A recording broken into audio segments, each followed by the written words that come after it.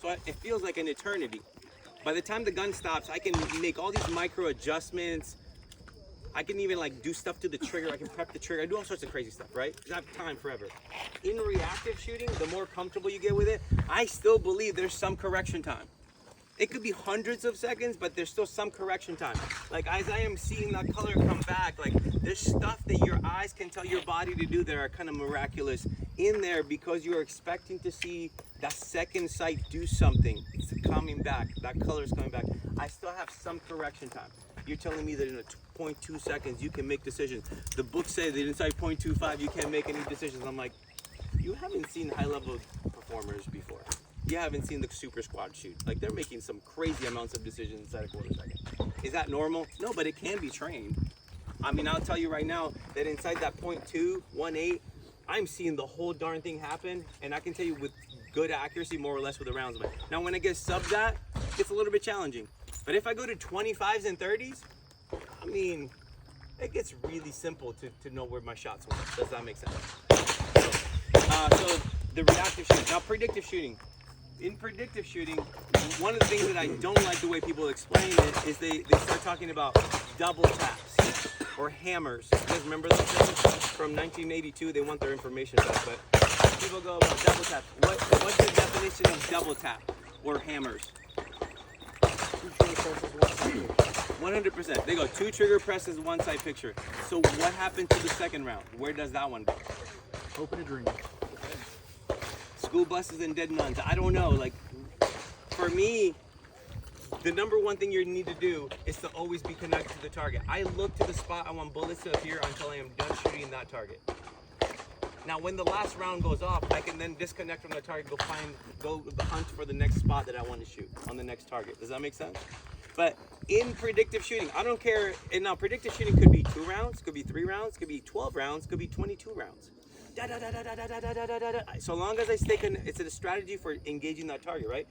Also a training methodology for like shooting the gun very aggressively and figuring out what happens to your grip, figuring out what happens to your vision. I'm telling you, that little bouncing thing is going to get really interesting and it's going to fight for your attention.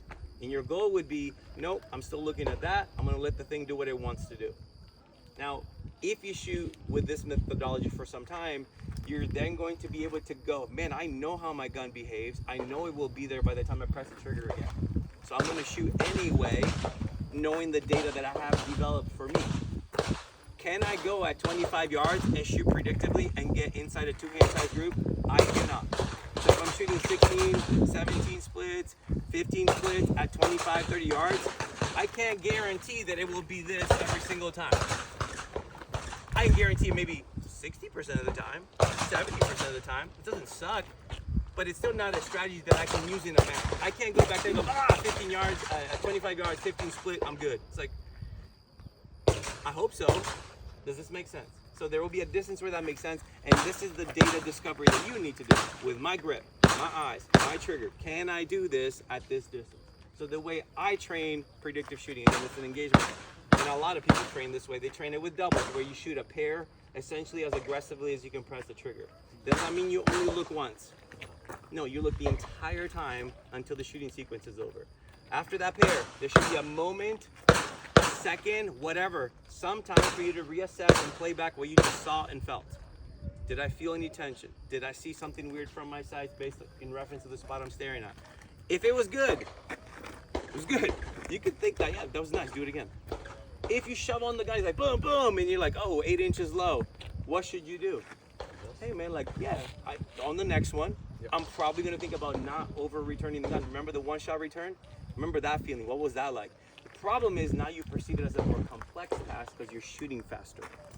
If you perceive it as a complex task, it no longer becomes a visual thing. You're just going to start doing like fast shooting. Okay, you can do that. But I am telling you, there's no strategy that makes it repeatable. Predictive shooting, by definition, should be predicted. I should predict the gun will be back before I need it because of my data of discovery like this. So look to the spot, the gun will go somewhere. You're not going to have enough time to react to the color, but if you're doing this right, when you break that second shot, you should know exactly, with some degree of deviation, where that second round went after the fact. It's not something I can correct, but I can call a bad shot like, man, I shoved that thing down to like the South Pole. You know what I mean? So if that's happening, it's like, I have a choice. At a match, I might send them makeup. In real life, you know you didn't hit the target because you saw the thing happening. Does this make sense?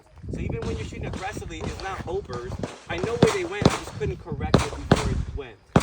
In reactive shooting, sometimes I can't correct it, but I have a little bit more time. In grip shooting, I have an eternity. I know I can correct it before the gun goes out, before the gun goes off. So you understand about the predictive shooting. Now the way we're gonna do is like most people do. You get a pair, a silence. You're gonna do 8 shots total. A second pair, a silence. A third pair, a silence. A fourth.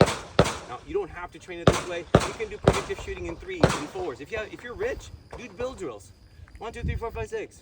Okay, what did I see? The problem is if you string that many shots together, the likelihood of you being able to tell me which shot was messed up is very low.